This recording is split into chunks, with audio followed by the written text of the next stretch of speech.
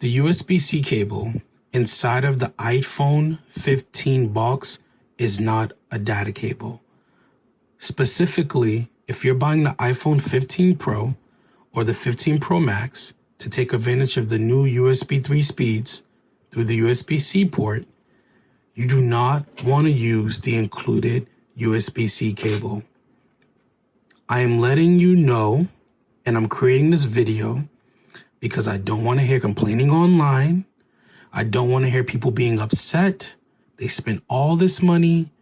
Apple duped them on a charger, or the iPhone's not producing the amount of speed that they thought it would, or they don't know what's going on. People are just clueless.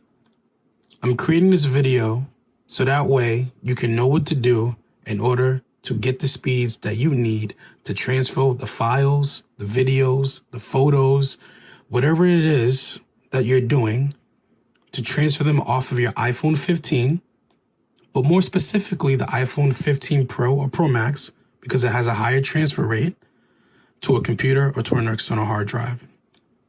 So I'm having two scenarios here. I have an external hard drive, specifically I have an external NVMe enclosure.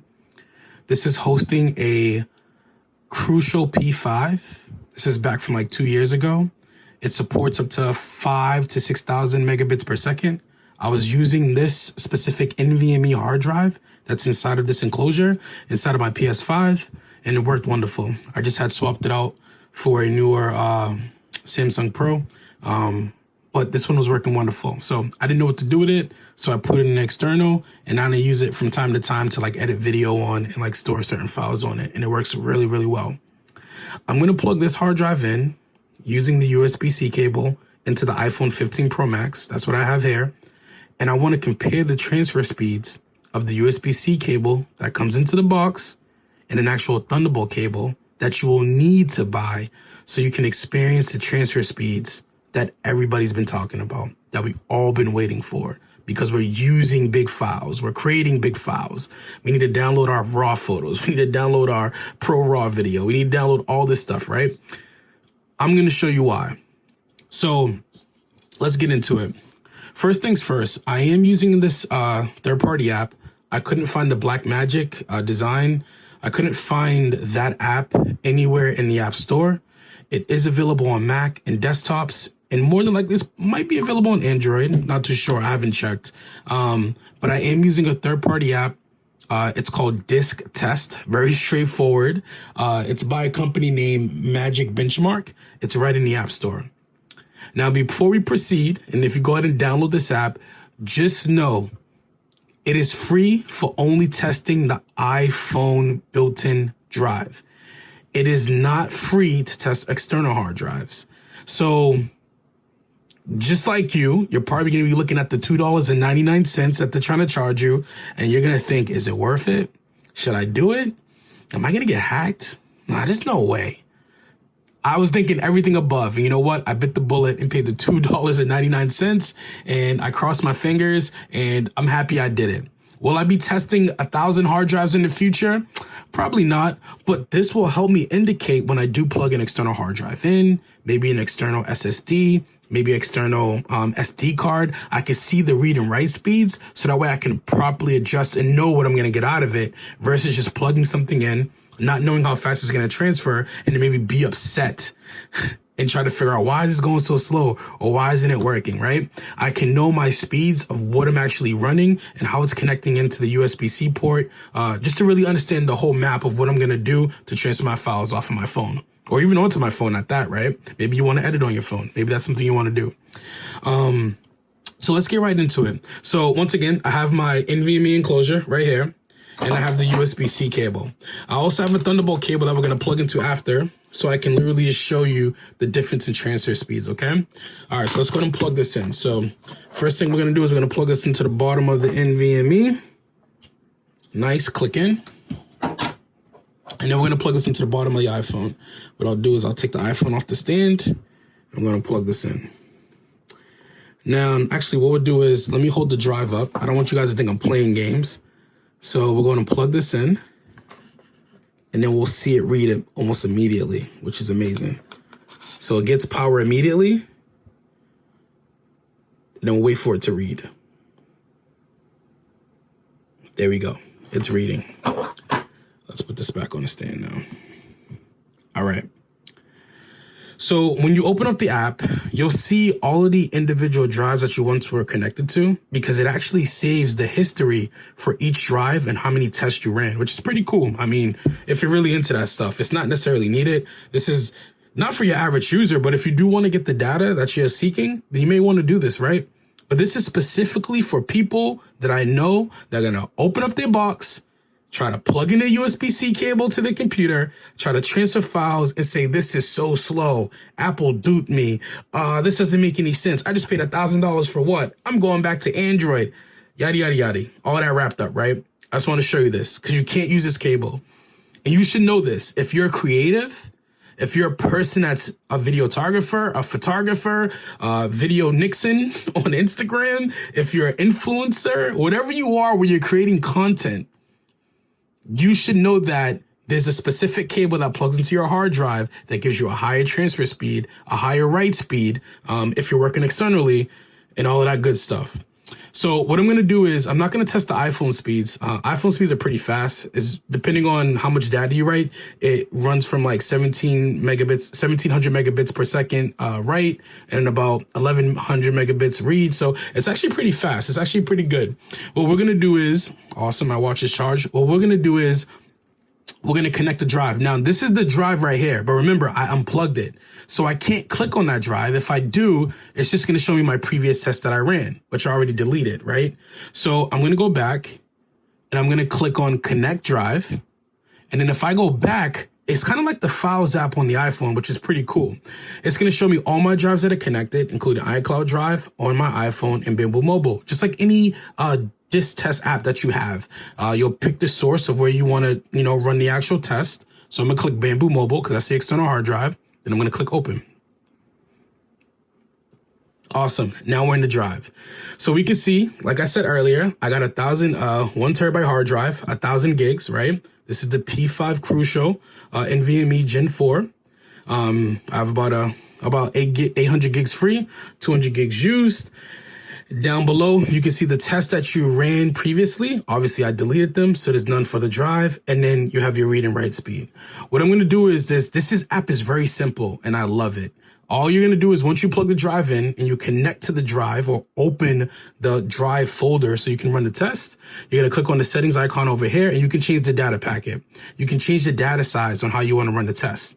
What I'm going to do is I'm just going to put on 10 gigs. We're going to run 10 gigs on the USB-C cable or the USB-C charge cable that comes in the iPhone 15 box. And then we'll run it with the actual Thunderbolt cable. So let's go ahead and click play or run in that sense because we're going to run this test. Let's see what we get.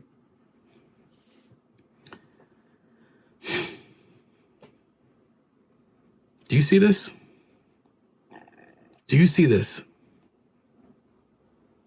This is not a data cable.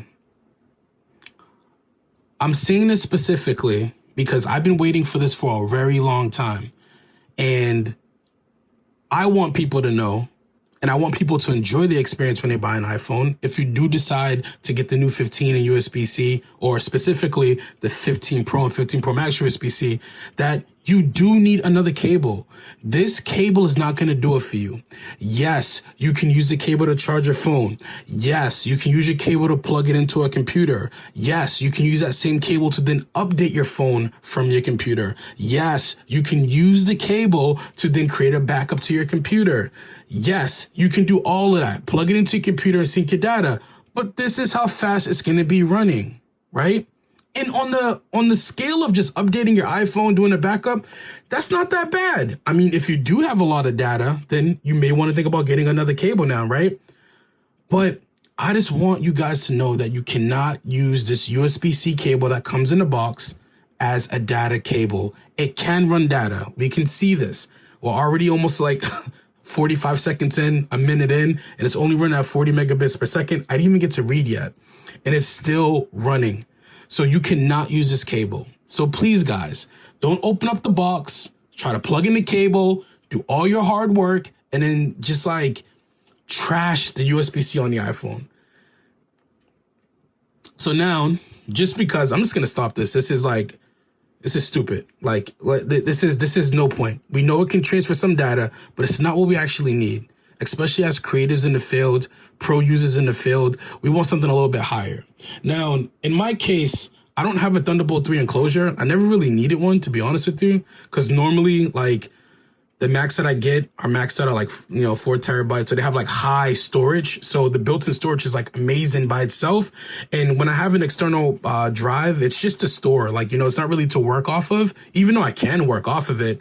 And that's why I ended up getting these, just so I could throw the NVMe inside. These are actually made by OWC.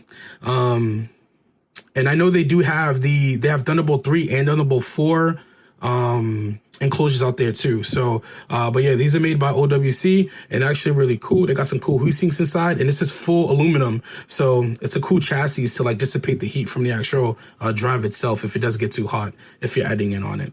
So what we're going to do now is let's go ahead and switch over to a Thunderbolt cable so I can show you the difference in a cable and why you need to go out and just invest in some type of like high speed USB-C cable. It does not have to be a Thunderbolt cable. Thunderbolt 4 cables are very expensive. Thunderbolt 3 cables are expensive too. It doesn't have to be a Thunderbolt cable. Once again, in my case, I don't have a Thunderbolt drive, so there's no point of like getting a Thunderbolt cable. I wouldn't even reach those speeds anyways, right? But it's important you get a high speed cable. That's the whole point, right?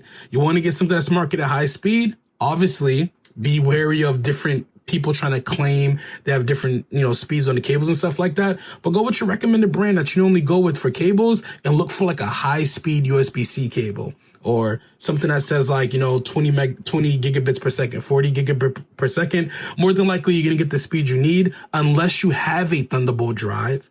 And then you'll need a Thunderbolt cable. So that way, then when you're working from your Mac, your PC, your desktop, your phone, you can keep that consistency across all your devices. So let's go ahead and plug this cable in.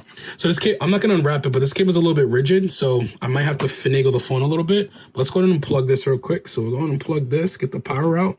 Awesome.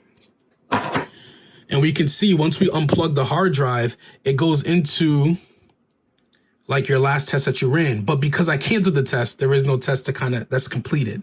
I canceled it. It was taking too long. So we'll go back to the home screen, okay? All right, so let's go ahead and plug this in real quick. Let's plug the new Thunderbolt cable in. So we're going to plug this in right here. Perfect. And I'm going to go ahead and plug in the hard drive now. Same exact thing. This cable's short, so I'm not playing games. This is definitely plugged in. I just don't want people to think I'm just plugging it in somewhere else and I'm trying to like show you transfer speeds of another device or something like that. Let's go and plug this in. All right, let's go ahead and get the light. We can see it's reading. Perfect. All right, let's go and put this back up here now. This cable's so rigid. All right, perfect. So let's go ahead and focus on this. So remember what I said earlier, when you plug a hard drive in, whether it's the same exact hard drive or you plug in a new hard drive, even though it still sees the original one, that just shows us like our history, right? It doesn't mean it's necessarily connected. The only one that would be connected would be the internal one, which would be the iPhone, because it's constantly plugged in. But we had to unplug the drive so that way we can plug in a new cord. What I'm going to do is I'm going to connect drive again. But what's cool is it's going to know the last drive I was connected to. And if your drive is connected, it's going to automatically connect to that one, right? So if I click on connect drive, it knows I'm already in here. So I'm going to click open. And now it's connected to Bamboo again. So we're at the same exact spot we was before. And let's go ahead and run the same exact test. So first things first, let's be fair. Let's click on the settings icon up here. Let's change the data packet. So we're going to change it to about 10 gigs again. Not about, exactly 10 gigs. Let's go ahead and run this. And I want to show you what having a data cable can actually do. Do you see this? 800 megabits per second. Remind you, this is just USB-C 3.1 enclosure. It's not a Thunderbolt or anything. I'm not saying you're going to get these crazy speeds of 40 gigs per second. I'm not saying all of that. What I'm just trying to let you know is this is what a data cable can do for you. Now, whether or not Apple could include that in the box, I really don't care. Like, the fact is, if you're going to go out and get this phone and you want to take advantage of the data speed so you can transfer your big files from your phone to your computer or like this to an external hard drive, just make sure you buy a cable online. You could probably really get one for like 15 bucks. You don't got to go on and spend like 60, 70, 100, $140 on the Thunderbolt 4 cable. If you want to, be future-proof. Go ahead, right? It's not going to hurt. But don't go out and just waste all this money because you think it's going to be even faster. And that's like another topic, right? If I'm running 3.1 and I got a Thunderbolt 4 cable, I'm not going to get Thunderbolt 4 speed. So I'm not expecting that. But what I do know is don't expect the actual USB-C cable, the charge cable, inside the box to be your data cable. It's just not going to work.